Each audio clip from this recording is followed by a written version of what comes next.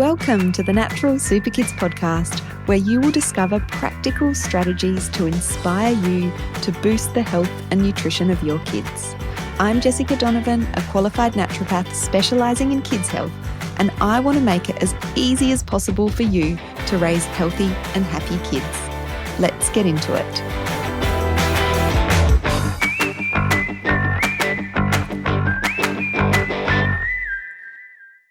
Hello, everyone. Welcome back to the Natural Super Kids podcast. I am joined by our clinical nutritionist, Mel, for today's episode. Hello, Mel. Hello. It's good to be back. Yes. So we'll get to an introduction for anyone who doesn't know you in a second, but the topic that we landed on today, and I'm really excited to dive into this with you, Mel, is the importance for parents and carers to be looking after themselves. And you shared with me that you've seen recently quite a few mums in clinic or talked to mums in clinic that were seeking some help with their kids, but then you noticed that, perhaps they needed to ramp up their self-care and looking after themselves. So I think, as a parent, like the mental load and looking after yourself, should be a big priority and often is not. But when you add in a child that has health challenges into that mix, it just adds a whole nother level of mental load. So before we get started into the topic of today, do you want to just tell everyone a little bit about yourself, Mel? Yeah, sure. So I am the clinical nutritionist here at Natural Super Kids. So I've been in clinic for around 2 years now, or a year and a half. And I see clients on Wednesdays and Fridays. And as Jess mentioned, a lot of the time we are seeing children, and throughout the questioning, when we're taking case notes and things like that, I find that parents or mothers or carers, a light bulb goes off in their head where they're like, hang on a minute, this also sounds like me, or hang on a minute, maybe I need some help as well. So I wanted to kind of bring this to the podcast because I think as carers, parents, mothers, fathers, we often put our kids' needs first, or whoever we're caring for first, and it can become quite busy and chaotic, I guess, looking after children, and we often forget to look after ourselves. So I think in this chat, we're just going to offer some kind of general, very simple advice that parents and carers can incorporate into their day-to-day to kind of just, feel better in themselves when they're looking after other people. Yes, and I love that you talked about simple, because it doesn't have to be, big stuff or stuff that takes a lot of time. I think people can feel overwhelmed. Well, I don't have the time or the capacity to, focus on myself as well. But we're going to be sharing some simple tips, and it's that, it's that age-old analogy of, putting your face mask on or your oxygen mask on first, because if we are depleted, exhausted as parents, then that is, that's not doing any favors to our family. So I know lots of mums struggle with the idea of taking care of themselves or prioritizing their own health, well-being, self-care. But if you do struggle with that or feel like it's somewhat selfish, I think that mindset shift of, well, hang on a minute, if I look after myself, I'm going to be better equipped to look after everybody else. So let's talk about some of the things we can focus on. Like you said, we'll keep this really simple. So I know you're wanting to sort of talk about 3 main areas. Do you want to share what they are, first of all, Mel? Yeah, so the 3 areas I'm going to focus on are, essentially the most important things: nutrition, movement, and then mind. And as Jess said, I am a very, well, both, Jess, Sarah, and I, our practitioners here at Natural Super Kids, we are very simple, practical practitioners. Like, the last thing we need to do is overwhelm an already overwhelmed family unit. So we pretty much bring it back down to basics. So for some people, these tips are going to seem very basic, but for other people, it might just be a bit of a light bulb moment in their head to incorporate them, because at the end of the day, simple changes have big effects. Definitely. Can I just add in, even if people are listening and feeling like, oh, this is simple, I've heard this before, I would guarantee that most people listening are not actually implementing all of Yes. these things. So don't dismiss an idea that yeah, I know that, I've heard it before, but are you actually doing it? And how can you improve in terms of what you are doing? Because that at the end of the day, right, like, you have to implement it for changes to happen. Yes, Like, nothing changes if nothing changes. So exactly. um so when it comes to diet and nutrition, I very simple thing, but most parents and carers forget to do this, and it's the importance of eating protein, and balancing your meals. So what I find is, a lot of my adult clients, specifically mothers, are busy on the go. They're getting up in the morning, they're making lunches, and school drop off and things like that, and they're so on the go that they generally tend to snack throughout the day rather than having decent meals. And when it comes to that snack, it's usually quite high in carbohydrates and very low in protein. So I think, for me, when I'm offering advice to busy parents, if you can set yourself up for success, it would be to have a protein packed breakfast of at least, 25 to 30 grams of protein. Um, and making sure, you're getting that protein hit in for breakfast. So that sets you up for the rest of the day. And then, there are other things that you can incorporate throughout your meals to, you know, eating foods that are high in magnesium and B vitamins and iron and things like that. But I think the most simple and easy tip would be ensuring that you're having a protein packed breakfast. Yes, I totally agree. And I know personally, when I am having a protein rich breakfast, it sets you up for good habits for the day, because then you're more likely to eat better throughout the day because your blood sugar is more balanced, your moods are more balanced, your energy is more balanced. Can you just give people an idea of what a protein, like practically, what a protein packed breakfast could look like? Yeah, sure. So things like an omelette, an egg omelette. I kind of tend to lean towards eggs a lot. So I'll give you other options if you don't like eggs, but omelets, eggs on sourdough, frittatas. And I like frittatas and kind of like egg cup or egg muffins, because you can meal prep and prep that ahead of time, freeze it. So you always will have a breakfast on the go. If you don't like eggs, or you can't eat eggs, you could do things like yogurt, a good quality high protein Greek yogurt with nuts and seeds, nut butter, fruit, fresh berries, a protein smoothie with a good quality protein powder or collagen powder.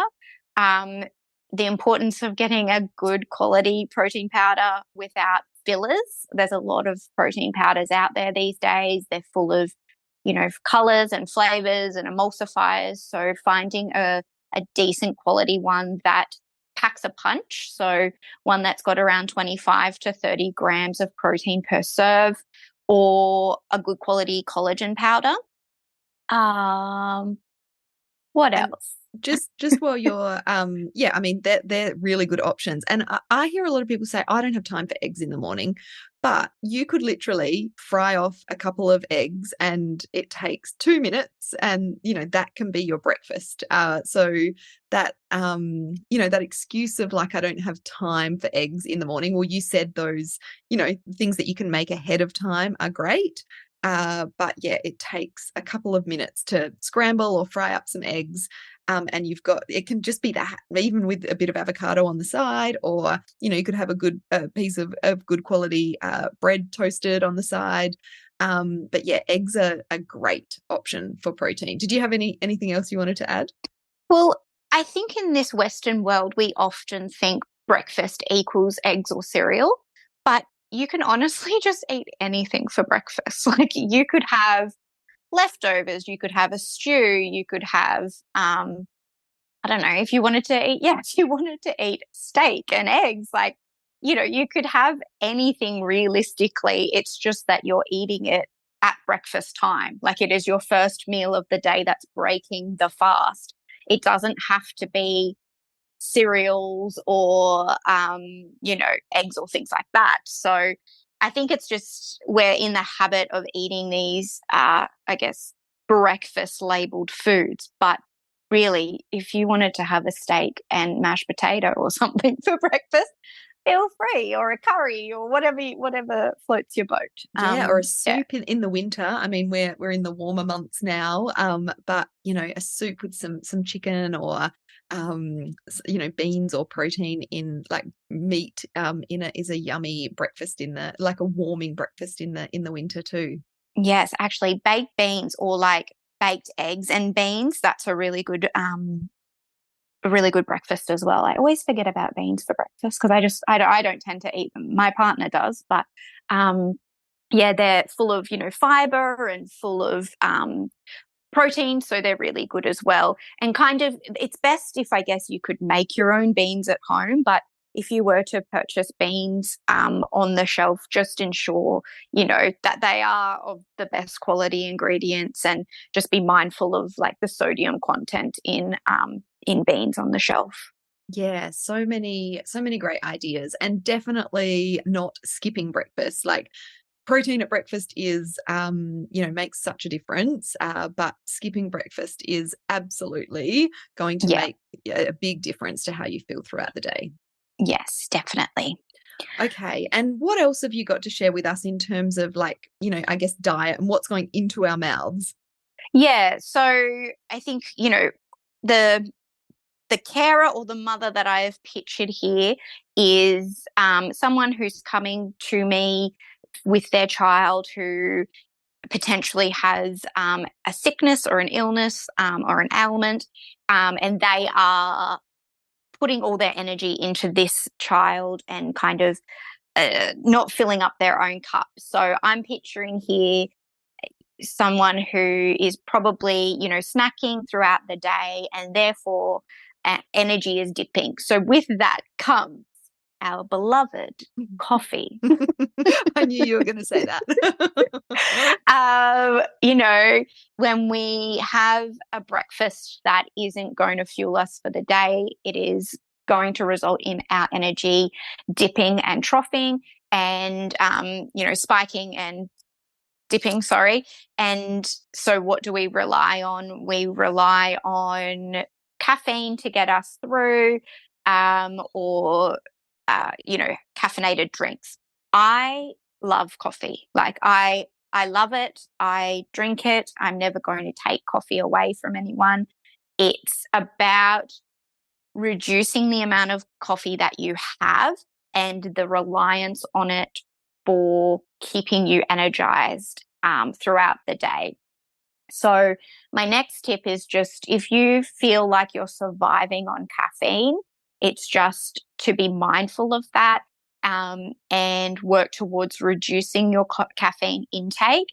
And I think once you have a protein packed breakfast, you will really notice that your energy has changed, and you won't really rely on the caffeine as much. Yes, so true. And another big no-no is caffeine on an empty stomach. So, Oop. have that protein packed breakfast and then have your coffee. Look, Yes, I am guilty of having You're coffee on guilty, an aren't empty you? stomach. I 100%. And I did have a client today, and yes, yes, I should be advising people not to have caffeine on an empty stomach, and I know that. But my client said to me today, when I wake up, the coffee brings me so much joy as I'm kind of making my kids breakfast. And I said to her, okay, for now, focus on the other things. And in the next lot of treatment plan, we will look at swapping the breakfast before the caffeine, because at the moment she's very sleep deprived and that's bringing her joy. So I was like, I'm never going to take that joy away from any of my clients, but let's work on eventually down the track swapping that around. So But I love that because, well, I was just gonna, sorry, I was just gonna say that, like, if you're telling her, no, you can't have that coffee first thing, like you need to have breakfast first, like that's gonna feel very depriving for her. But once she's got her energy levels boosted, and she's feeling more regulated from the other things you're doing, then she will be in a much better place to be able to switch that around as well, yeah, right? 100%. Like if you are a sleep deprived parent who's overwhelmed and the thing that's bringing you the most joy of the day is that coffee first thing, and I say, nope, you're not having it anymore, I'm not stressing out an already stressed out parent. So we'll focus on that later down the track. Again, it's all about being mindful, right? Like as long as it's in the back of your head that, oh, maybe today I might have a herbal tea first thing, Mm. and then I'll have my coffee at morning tea time. It's just about kind of educating the client on how we can make them feel better. And then, later down the track, if she feels up to it, we'll do the coffee after breakfast. But no, I am guilty of it. I feel like I'm a terrible nutritionist who every morning when I have my little piccolo on an empty stomach, I think I Well, we shouldn't are be not doing perfect. this. We've all got those maybe less than healthy habits. I've been guilty of it before, but I definitely notice a difference I do have a coffee every morning. But I have made a big effort to make sure I eat first because I sometimes, I do eat breakfast. But sometimes I could wait like an hour or two before I eat breakfast, but I want my coffee earlier than that. So I have been in a bad habit of doing that before, but I definitely notice a difference. I can talk from personal experience that having that coffee, just making myself eat breakfast earlier so that I can have Yes. that coffee does make a big difference. Yeah. Yeah. Just just you don't have to eliminate it from your life forever. No, and I love that. I love that realistic approach, and I think it's important for people to realize, like we're not perfect, and we can still build in these healthy habits without taking away all the things that we love. Um, and I think you wanted to talk a bit about hydration as well. Like the opposite of the coffee is making sure that we're well hydrated. Yeah, so just ensuring that you're drinking enough fluids throughout the day. A lot of the time people will get like sugar cravings, but realistically they just needed a glass of water. They're just dehydrated. So I feel like a lot of us are pretty terrible at drinking water. So it depends on, your body size, how much you should be drinking. But I say for an adult to aim for 1.5 to 2 liters of water. This also depends on your, physical, whether you're outside working or, you're exercising a lot and burning through it. So, but I just find that generally people aren't drinking enough water and therefore they're fatigued. So, just important to I find it's easy if you buy a 1.5 or a 1 liter stainless steel water bottle and it just goes around, wherever you go, you've got your water bottle. So you're more inclined to drink water when it's on you. So that's just probably the easiest way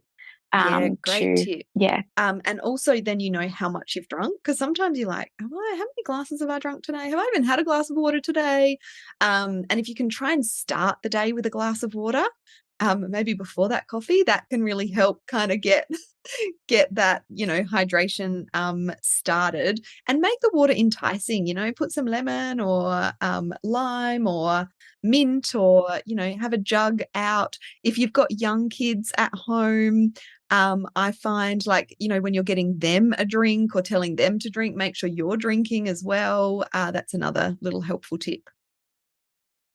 Okay, so let's move on to movement now. Oh, I'm so passionate about this because it is, I think often as women, especially, we think we have to exercise to, keep trim or lose weight or whatever it might be. But exercise can make us feel so good. So tell us what we need to know about movement if we are a parent or carer, when it comes to looking after ourselves. Yes. So I guess it depends on who you are and how you're feeling. So, from the lens of an overwhelmed, sleep deprived parent, I find the HIIT workouts aren't for you at this point in time. So that's like your F45s, that fast paced, loud music, go, go, go kind of workout. So high intensity interval training. Um, because what's happening is you're already kind of depleted, you're tired, you're fatigued, you're going into an environment that's very stressful on your body, and you kind of can't get out of that dysregulation. So then all day, like I am all for exercise, but it's when you're feeling overwhelmed and fatigued, it's about choosing the right form of exercise for you in this moment of your life, So if you love F45, but you have a child that doesn't sleep, and for this moment in time, you aren't sleeping, in my head, I always advise, okay, so let's focus on moving your body in a gentle way that you're still getting exercise, but it's not so stressful on your body. And so things like, walking, yoga, Pilates, swimming, hiking, even just like general strength training Mhm. that's, not, Slower. not, yeah, Yeah. more slow and considered, and just you're focusing on your breathing and things like that. Um, I get that like a lot of people love that F45 kind of workout because it's, 30 minutes, you know what you're doing, you're in and out. But when you're kind of already overwhelmed, your body is in fight or flight, and then you're putting yourself in an environment that's very fight or flight, and you just can't. It's like a hamster on a hamster wheel, right? You just can't break it. So your body just needs a moment where you need to swap things around and just do gentle exercise. Yeah, it needs to slow down. And the other important thing to remember is that high cortisol, when we are stressed and in fight and flight, and we're sort of exacerbating that by doing these high intensity workouts, and that cortisol is staying high, that is actually contributing to, excess fat, particularly belly fat. And so I know from, experience and working with clients that slowing down the exercise can actually be more beneficial, not just to the way that you're feeling, but also to, your fat storage and weight loss as well. Yeah, I actually was listening to a podcast over the weekend about stress. And one thing I didn't know is that stress can be contagious in the sense that when we are stressed and we have high cortisol, cortisol is a hormone that we can sweat out, or that we do sweat out. So if you are amongst other stressed people, so let's say like your household is stressed, you all become stressed because you're actually the sweat particles are going into the atmosphere, and they can land on you. It's a similar kind of circumstance where women, like if you're living or working in a small environment of women, or you're living in a group house of women, and all of a sudden you all start to menstruate at the same time. Yeah. it's a similar kind of concept to that. So, yeah, so I guess like if you, it's just being like conscious of like your stress levels around your children as well, knowing that they can, I guess, catch Catch it. your stress. Yeah. Well, it's true. And also that we can then feel, we can become like, if we're talking about kids that are, having mood swings and aren't, coping with stress very well, they're dysregulated, then that's going to lead into us feeling stress. I think we can all think about that within a family unit.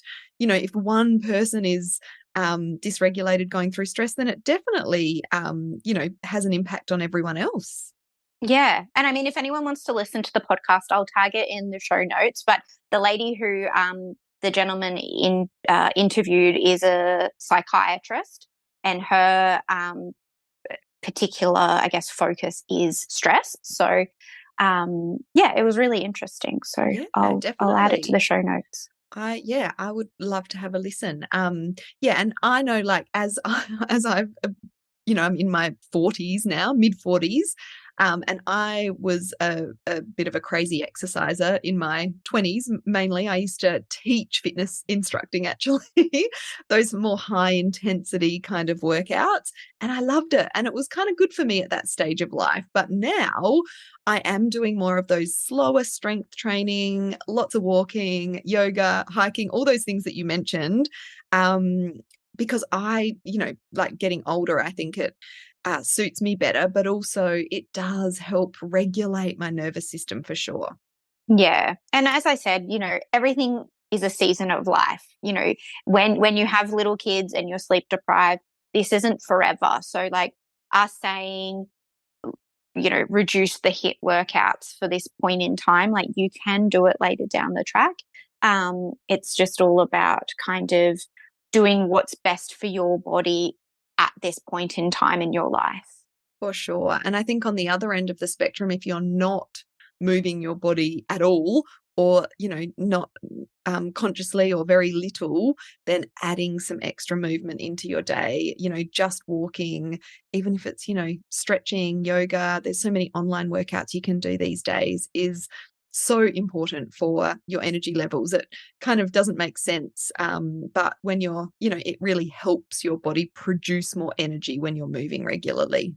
Yeah, definitely. And also like thinking of like unintentional ways to exercise. So if you're someone that doesn't love going to the gym, it's like, you know, unintentionally, like if you love gardening, like that's pretty strenuous on the body at times.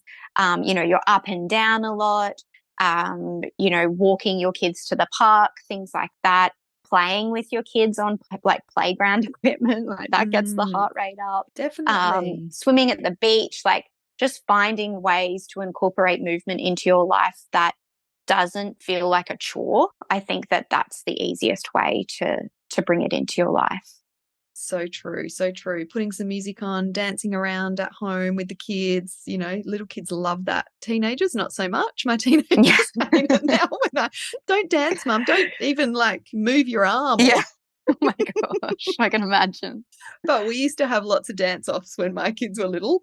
And it really is a good mood booster as well. Yes, Um, definitely. okay, great. Great tips there. And let's move on to mind now.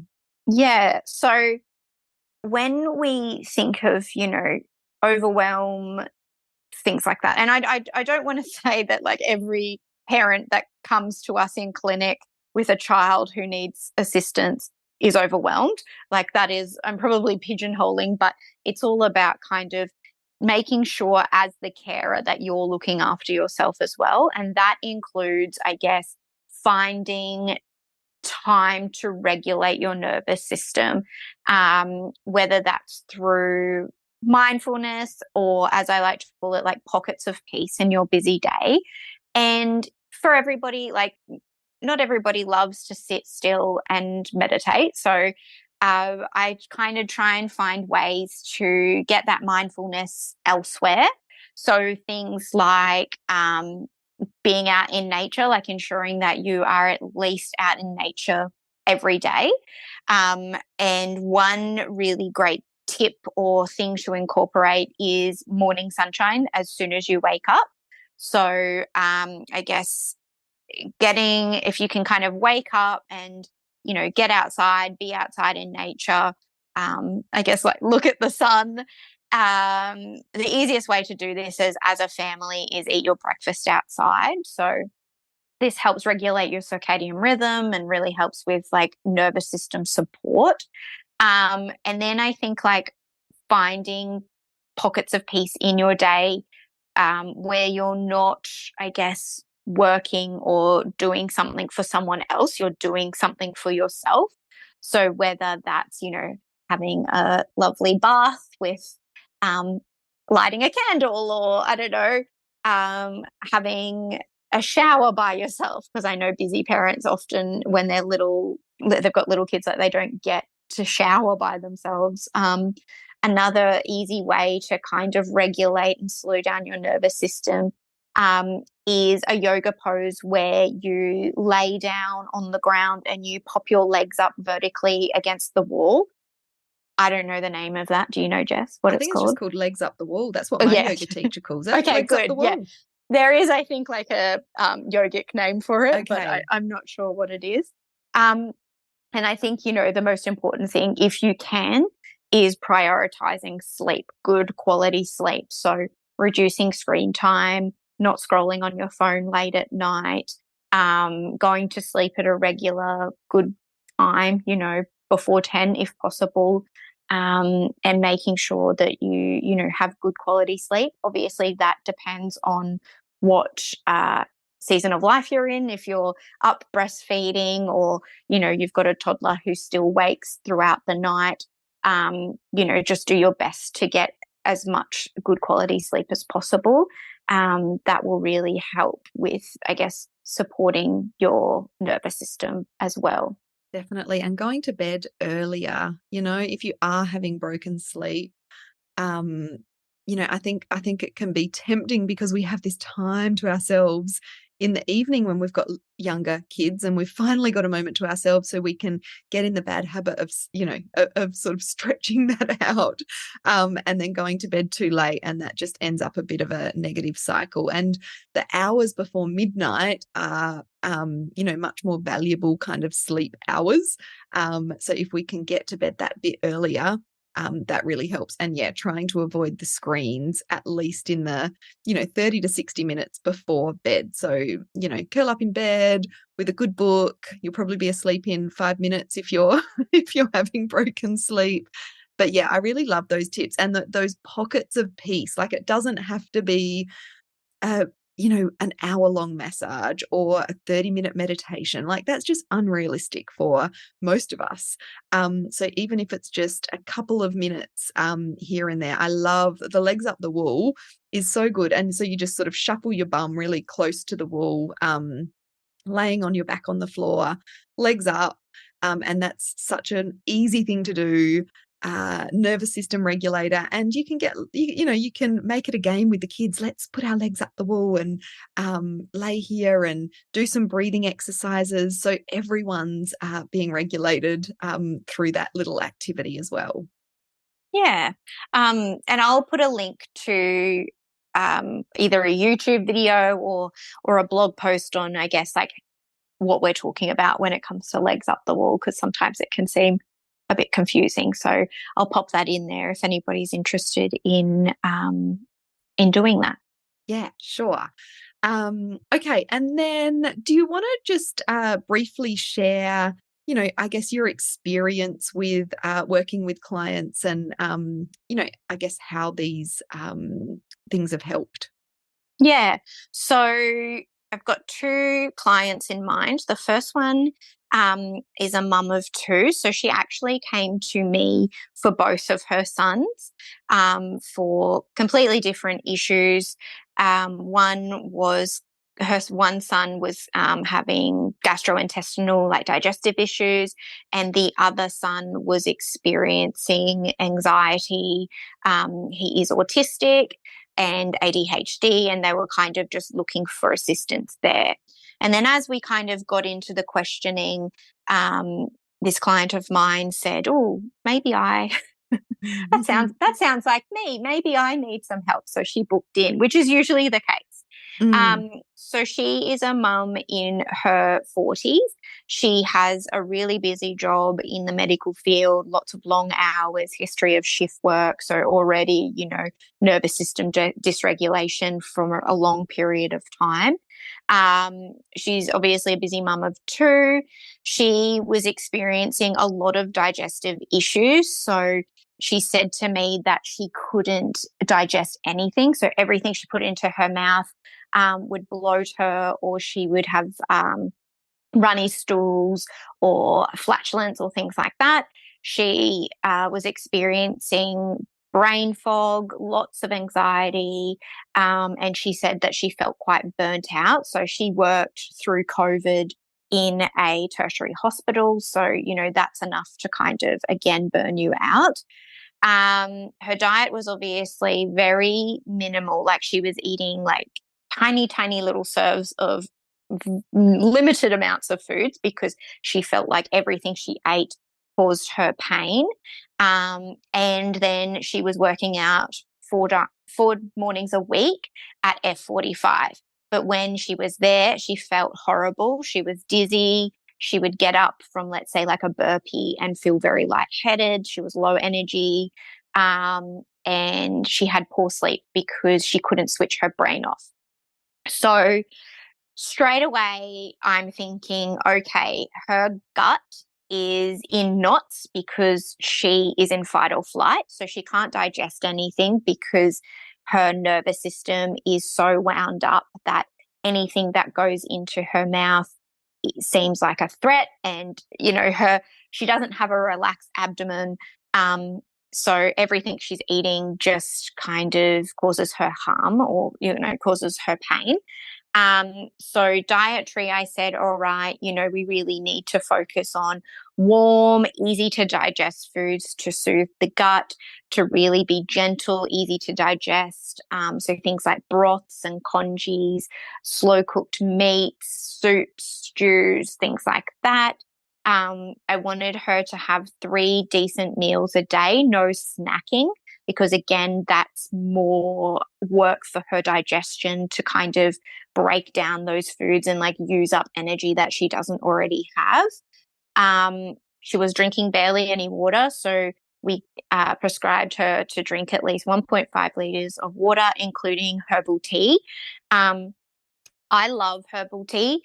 I think that good quality naturopathic blended herbal teas, which you can get online, have such potent medicinal qualities to them. So I think that sometimes we forget that. So I gave her a lot of digestive support in the form of tea. So like aniseed and licorice and things like that.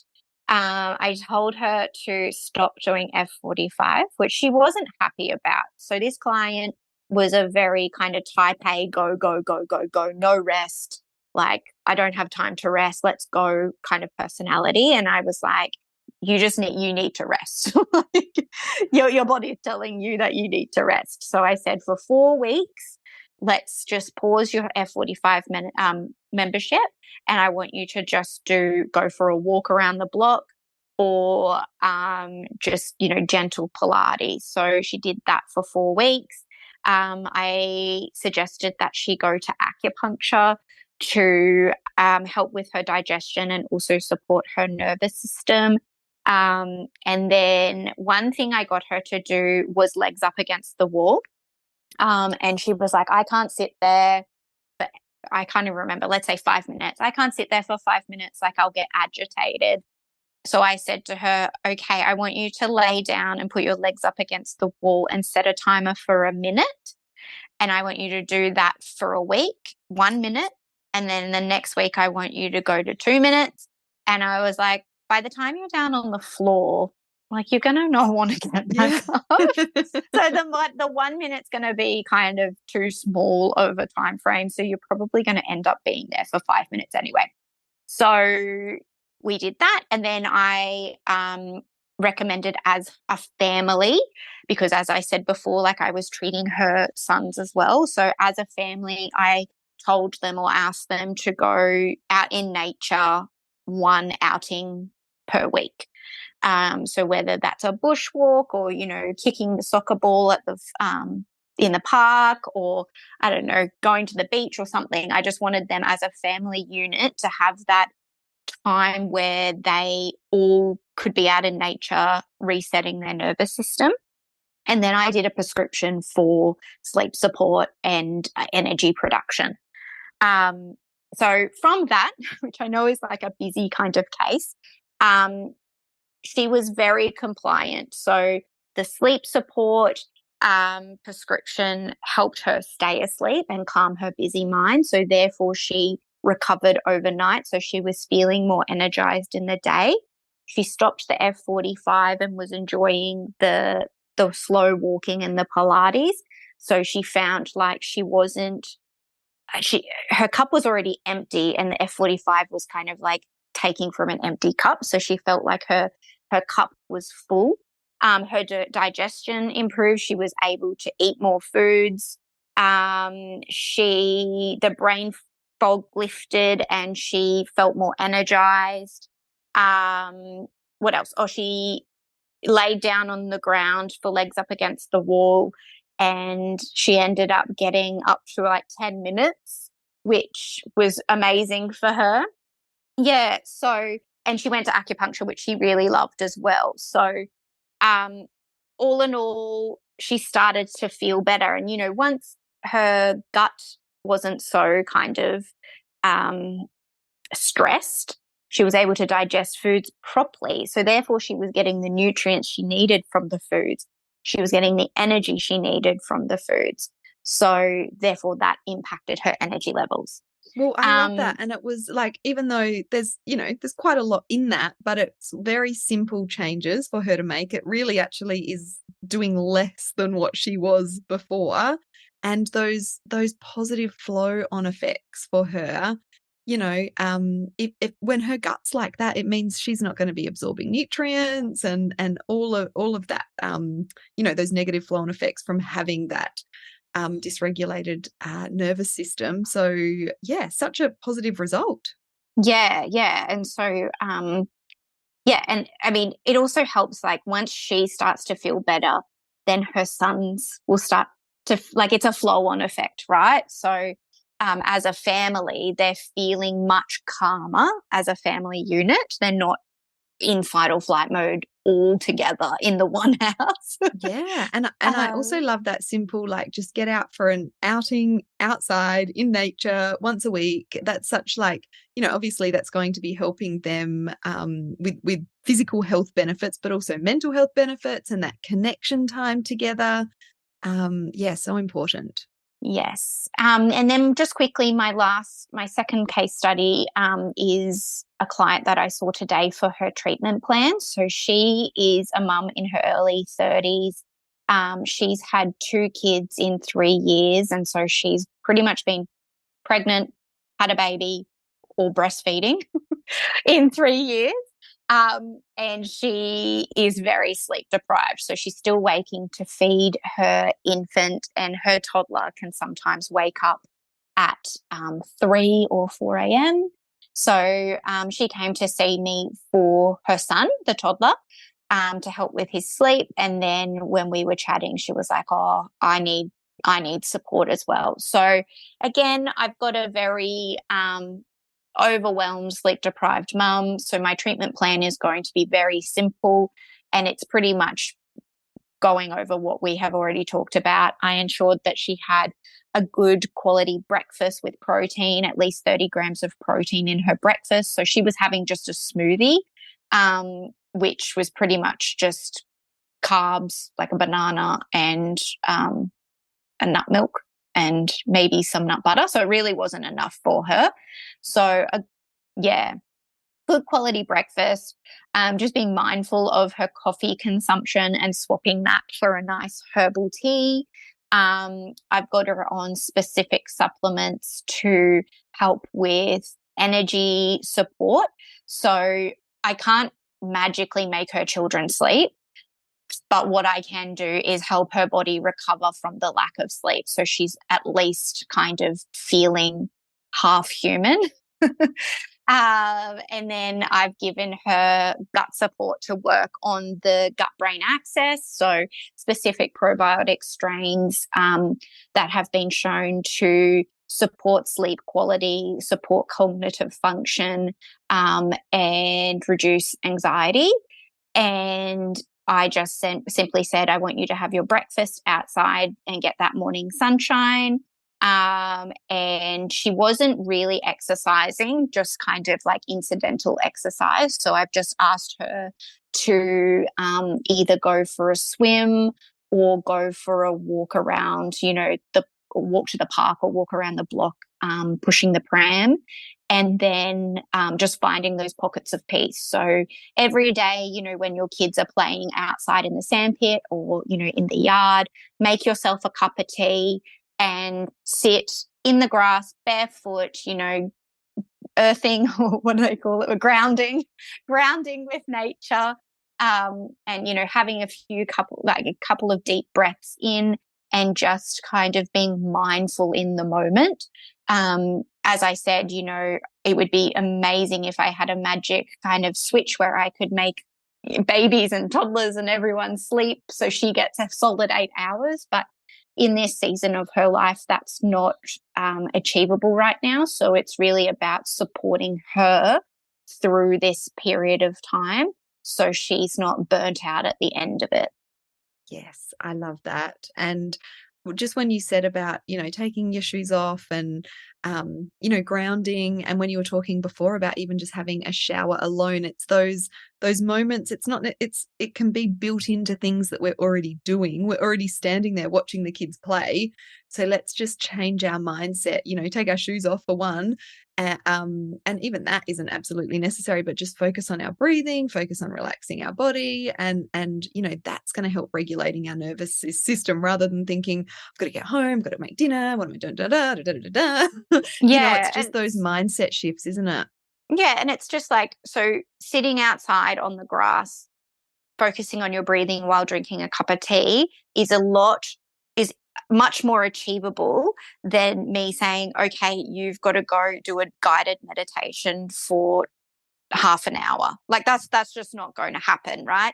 So the small things we can sprinkle into the already, curated day will have long-term positive effects. Definitely. And just that simple switch, the example of sitting outside and having a cup of tea in the sunshine, as opposed to having your cup of tea while you're scrolling through in social media, like that makes a big difference, those little changes that you can make. I love that. Thank you so much for sharing. I mean, we could continue talking about this for so much longer, but I think our listeners get a really good idea of some simple, practical things they can do if they're feeling overwhelmed, which, let's face it, most parents are to some degree. But also, I think it's really highlighted like how supportive you can be for mums in terms of offering that support. So we will pop a link to Mel's calendar so you can book an appointment if you're feeling like, yes, I need some support with this sort of thing, because it can be really helpful just to chat this through with someone, have someone look at it from that sort of external view, and really highlight some important things that you can change that will make you feel so much better. So thank you so much, Mel. Thanks for having me. See you next time.